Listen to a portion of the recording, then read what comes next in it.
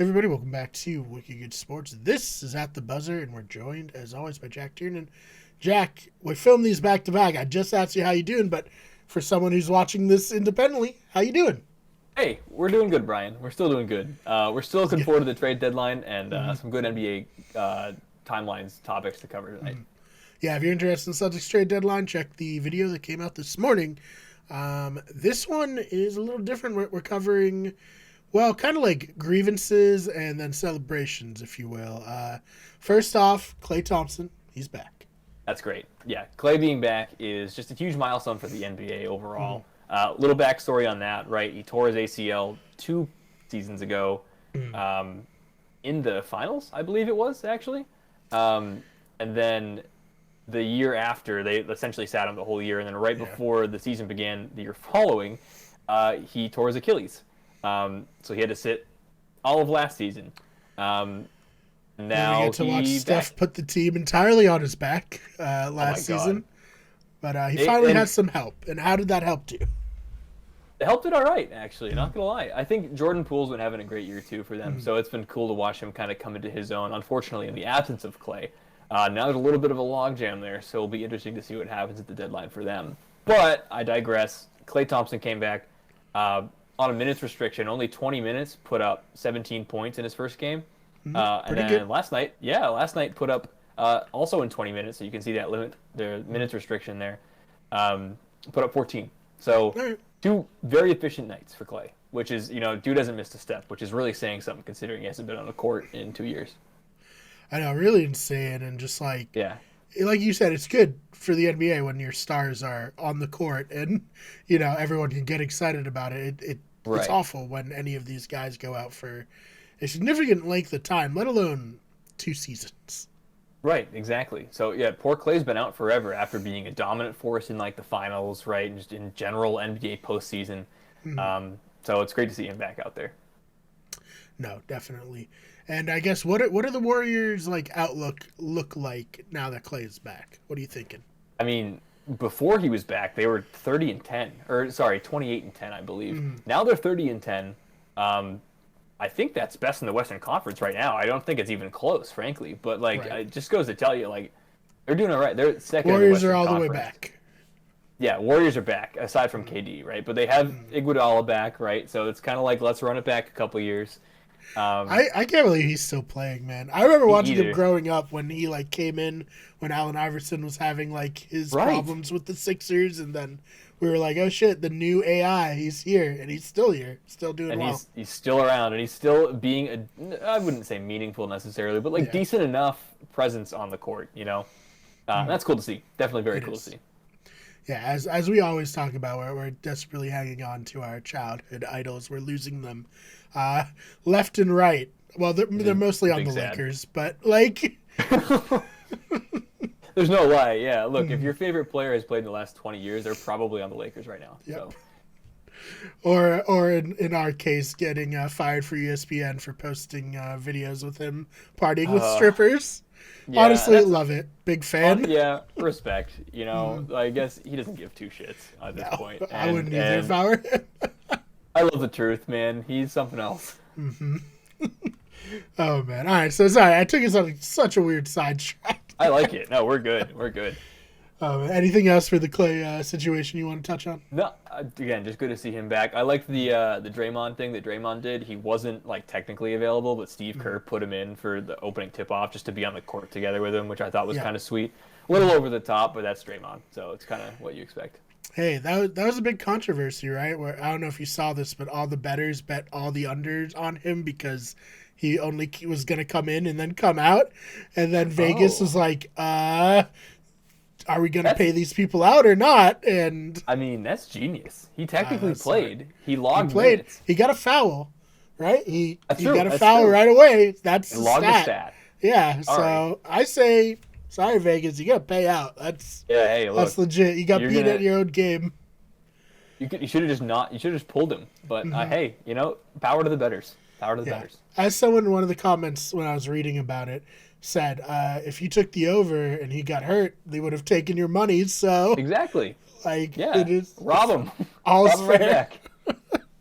Oh man! All right, so we talked about Paul Pierce. he's a man who gets disrespected, I feel like, by NBA definitely. fans all the time.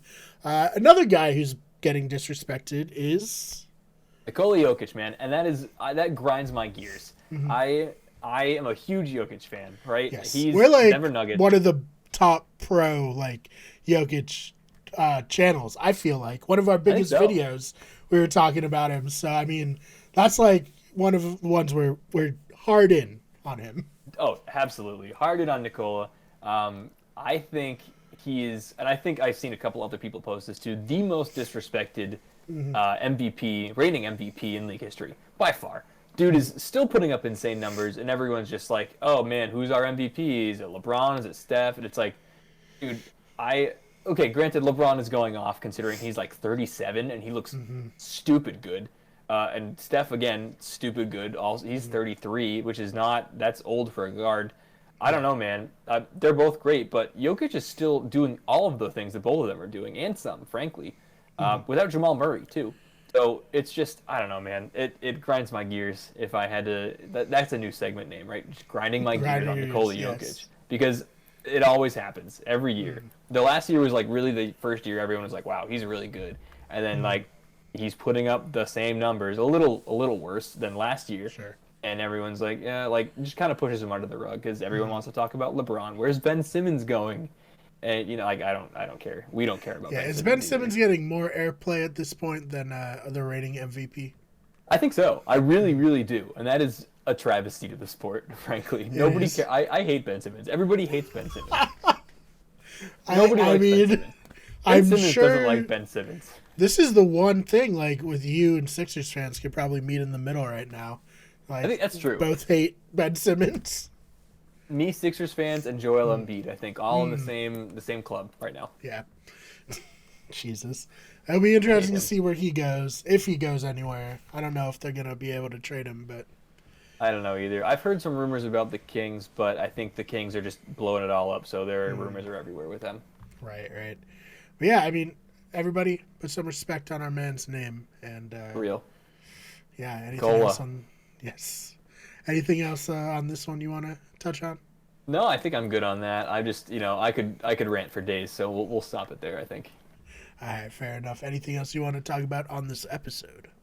Let's see. I think. I don't know if we ever touched on Kyrie. So what's happening with Kyrie? He's back. He's kind of. Yeah.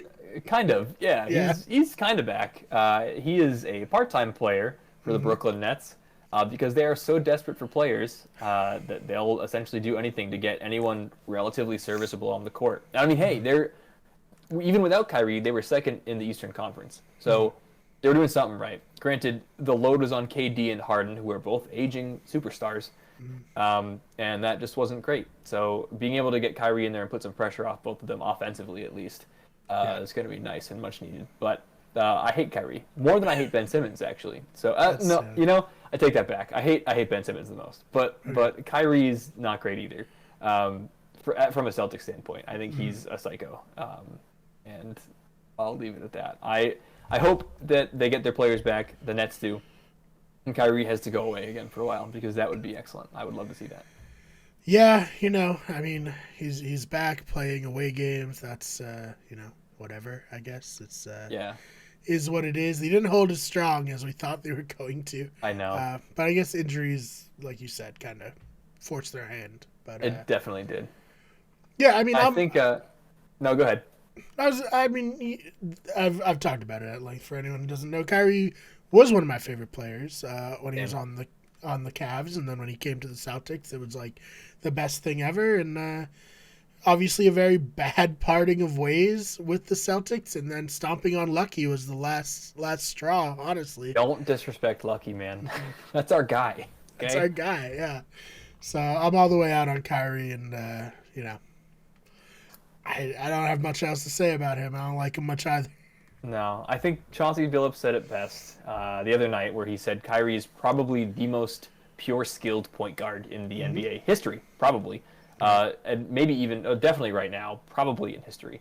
But I think from our perspective and the general public's perspective, dude is just cracked out. Like, don't listen to a word he says about philosophy or anything else, because dude is, I used the phrase a while back that something contrarian without a cause, actually, yes, I believe is what it was.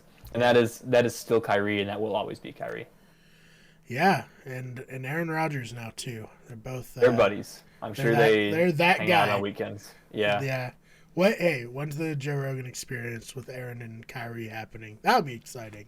Throw in Cole Beasley too, right? And that's just a big party, big old Joe Rogan party. I forgot about Cole Beasley. Yeah.